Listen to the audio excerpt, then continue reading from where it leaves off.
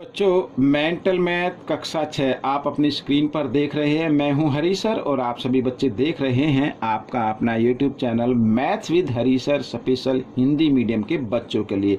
आज हम शुरुआत करने जा रहे हैं। ठीक है बच्चों, मेंटल मैथ में इस चैप्टर यहाँ पर नए चैप्टर की शुरुआत करने जा रहे हैं। और चैप्टर कौन सा होगा आइए चेक कर लेते हैं कौन सा चैप्टर मैं इसमें लूँ, ताकि आपको थोड़ा सा अच्छा भी लगे। और यहाँ पर बच्चों क्वेश्चन, ठीक है, ये पूर्ण संख्या वाला ले लेते हैं। ठीक है, पूर्ण संख्याएं ले लेते, चैप्टर नंबर 2 अभ्यास 2। ठीक है, ये पूर्ण संख्याएं ले लेते हैं और इसको हम करने वाले हैं। ठीक है बच्चों, तो यहाँ पर मैंने पहले से लिख के रखा हुआ है। आइए करना शुरू करते हैं 1 बाई 1। ठीक है, तो आपके सामने मैं थोड़ा इसका फोल्ड कर लेता हूँ ताकि थोड़ा से अच्छे से आपको नज़र आ जाए। ठीक है, तो क्या कहता है प्रश्न नंबर 1, देखो लिखा है 17,999 की 3 क्रमागत पूर्ववर्ती संख्याएं बताइए। पूर्ववर्ती का मतलब होता है पहले वाली, तो आपको सभी डिजिट लेने की जरूरत नहीं है। आप यहाँ पर 99 ले लिए। 99 से पहले क्या आता है बच्चों? ठीक है, पहले नंबर तो आप यूं कहीं लिखिए, 99 से पहले आता है 98। पूर्ववर्ती का मतलब होता है पहले वाली संख्याएं। ठीक है, तो 98 ये हो गई एक संख्या। और सेकंड नंबर हम लिखेंगे बच्चों, ठीक है, 98 से पहले आएगा कितना? 97 आएगा। और 97 से पहले क्या आएगा? 96 आएगा। तो उससे पहले जो भी नंबर है वो आप यूं का यूं लिख लीजिए। तो बच्चों ये आपका आंसर हो गया। बहुत ही आसान है। ठीक है, अब देखो अगला प्रश्न क्या कहता है, 25 और 65 के बीच में कितनी पूर्ण संख्याएं? पूर्ण संख्याएं बतानी है। तो आप क्या करें बच्चों, बड़े नंबर में से छोटा नंबर आपको कर देना है माइनस। ठीक है, अब आ जाएगा यहाँ पर 40 और इस 40 में से फिर आपको 1 और माइनस कर देना है, तो आपकी पूर्ण संख्या आ जाएंगी। जब कभी भी इस तरीके का क्वेश्चन आए तो आप इस तरीके से सोल्व कर लीजिए, बहुत ही आसान रहेगा। ठीक है, अगर आप देखो 25 और 65 को आपको मिलाना मतलब लेना नहीं है, इनके बीच की ज्ञात करना है। या तो आप काउंटिंग मतलब उंगली पर भी आप गिन सकते हैं, लेकिन उससे काफ़ी टाइम लगेगा, तो आप इस तरीके से कर लीजिए। आइए प्रश्न नंबर 3 क्या कहता है।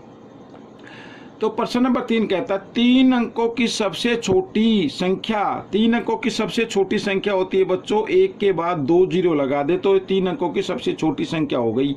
की पूर्ववर्ती संख्या क्या होगी? तो हमें बताना है इसकी पूर्ववर्ती, यानी इससे पहले वाली संख्या क्या होगी। तो इसकी पूर्ववर्ती संख्या हो जाएगी बच्चों, इसमें से 1 माइनस कर दो तो 99 आ जाएगा। यानी 100 से, यानी 100 से पहले 99 पूर्ववर्ती संख्या होती है। ठीक है, आइए करते हैं प्रश्न नंबर 4। बहुत ही आसान है बच्चों आपके ये मेंटल मैथ कक्षा 6 के लिए। 3 अंकों की सबसे छोटी पूर्ववर्ती संख्या और 3 अंकों की सबसे बड़ी संख्या की परवर्ती संख्या का योग बताना है। तो 3 अंकों की सबसे छोटी ये संख्या होगी कि इसकी पूर्ववर्ती संख्या कितनी हो जाएगी? 99 हो जाएगी। ठीक है, ये हो गई। और 3 अंकों की सबसे बड़ी संख्या की, 3 अंकों की सबसे बड़ी संख्या ये हो गई बच्चों। ठीक है, ये 3 अंकों की सबसे बड़ी संख्या हो गई। इसकी परवर्ती लिखनी है। परवर्ती का मतलब बाद वाली संख्या। इसके बाद क्या आएगा? इससे अगली संख्या क्या होगी? तो इससे अगली संख्या तो बच्चों 1000 हो जाएगी। अगर इसमें 1 जमा करेंगे तो ठीक है। तो इनका योग बताना तो 1000 जमा 99 तो कितना हो गया? 1099 हो गया बच्चों। ये तो माइंड में आप कर सकते हैं। ये आपका प्रश्न नंबर 4 हल हो गया है। प्रश्न नंबर 6 क्या कहता है, देखो प्रश्न नंबर 6 कहता है 99 की पूर्ववर्ती व परवर्ती संख्या का गुणनफल बताओ। अब 99 की पूर्ववर्ती मतलब 99 से पहले क्या आता है? तो 99 की पूर्ववर्ती संख्या क्या हो जाएगी? 98 हो जाएगी। ठीक है, पहले वाली। व परवर्ती संख्या का गुणनफल बताना तो गुणा का निशान लगा देंगे। परवर्ती यानी 99 की अगली संख्या क्या होगी? 100 हो जाएगी। और इनको आपको करना है गुणा। तो 98 को पहले 1 से कर लीजिए गुणा, 98 एकम 98 और पीछे 2 जीरो, तो 2 जीरो आप लगा दीजिए। तो ये आपका प्रश्न हल हो गया है। आइए प्रश्न नंबर 6 हल कर लेते हैं। ये भी बड़ा आसान है, इम्पोर्टेंट है।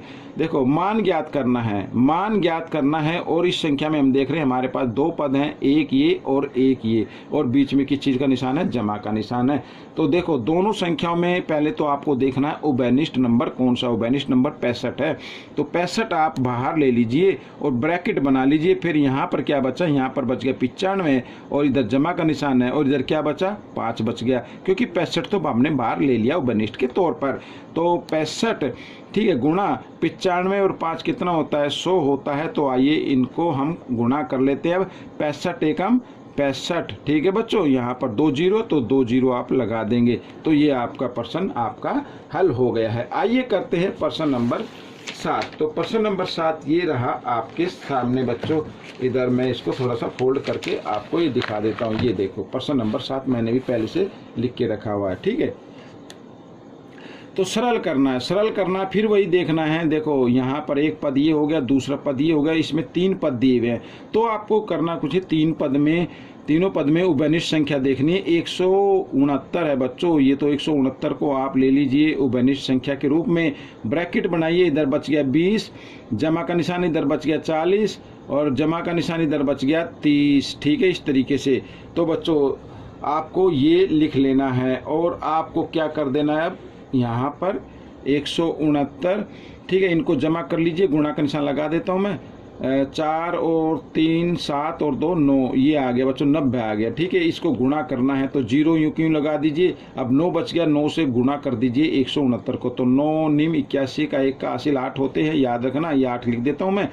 9 6 54 और 8 होता है बच्चों 62, ठीक है। 62 का 2 हासिल 6, 9 एकम 9 और 6 बच्चों होते हैं 15। तो ये आपका आंसर आ गया, ठीक है। आइए करते हैं प्रश्न नंबर 8। प्रश्न नंबर 8 में भी कहा है गुणनफल ज्ञात करें। गुणनफल ज्ञात करना है तो देखो इस तरीके का अगर कोई भी नंबर आता है तो पहले आप उन 2 नंबर को लीजिए जिसके गुणा करने पर 10, 100 या 1000 आए, 200 आए, 300 आए, ऐसे जीरो की फॉर्म में जरूर आए तो आपके लिए आसान हो जाएगा। तो 824 को हम ले लेते हैं अलग, ठीक है, और गुणा और ब्रैकेट डाल लेते हैं। तो 25 गुणा 4, अगर इनको हम गुणा करेंगे बच्चों, 25 गुणा 4 कितना हो जाता है, 100 हो जाता है, ठीक है।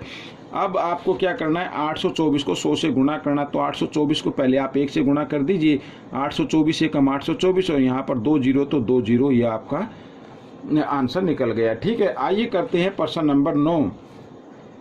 प्रश्न नंबर 9 क्या कहता है, संख्या 2997 और इसके अंक 2 व 7 को परस्पर बदलने के बाद बनी संख्या का योगफल बताना। योगफल बताना है तो एक तो संख्या यही लेनी है 2997, ठीक है, एक तो संख्या यही लेनी है। फिर कहा है कि 2 व 7 को परस्पर बदल दिया गया, यानी 2 की जगह 7 आ गया है, 9 तो यूं क्यों रहेगा और 7 की जगह कितना आ गया 2। तो इसका क्या बताना है, योगफल बताना है। योग कर दीजिए अब, 7 और 2 9, 9 और 9 18 का 8 का हासिल 1, 9 9 18 1 कितना आ गया 19 का हासिल 1 आ गया, 7 और 2 9 और 1 10। तो बच्चों ये आपका उत्तर निकल गया, ठीक है।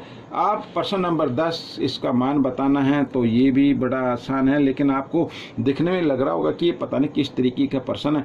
तो आपको डरना कुछ नहीं है, आप सिर्फ एक काम कीजिए, जो जमा की संख्या ना आप उनको अलग कर लीजिए, ठीक है। ये जमा की यानी जिस संख्या के सामने जमा का निशान है, ठीक है, इन संख्याओं के सामने जमा का निशान, आइए इनको जमा कर लेते हैं, ओरली कर लेते हैं। 8 और 7 15, 15 और 5 20, 20 और 2 22 और 1 23, तो 23 हो गया जमा का। अब ये जो घटा की संख्या है अब इनको भी अलग कर लीजिए। 9 और 6 15, 15 और 4 19, 19 और 3 22, ठीक है, ये आ गया। तो इसका मान कितना आ जाएगा, 23 में से 22 घटा दो 1 आ जाएगा। तो बच्चों ये प्रश्न आपका हल हो गया है। तो ये वीडियो कंप्लीट हो गई है। आपको ये वीडियो कैसी लगी मुझे ज़रूर बताएं और इसमें से सीखकर दूसरे बच्चों को ज़रूर सिखाना। मिलेंगे अगले भाग में, तब तक के लिए धन्यवाद।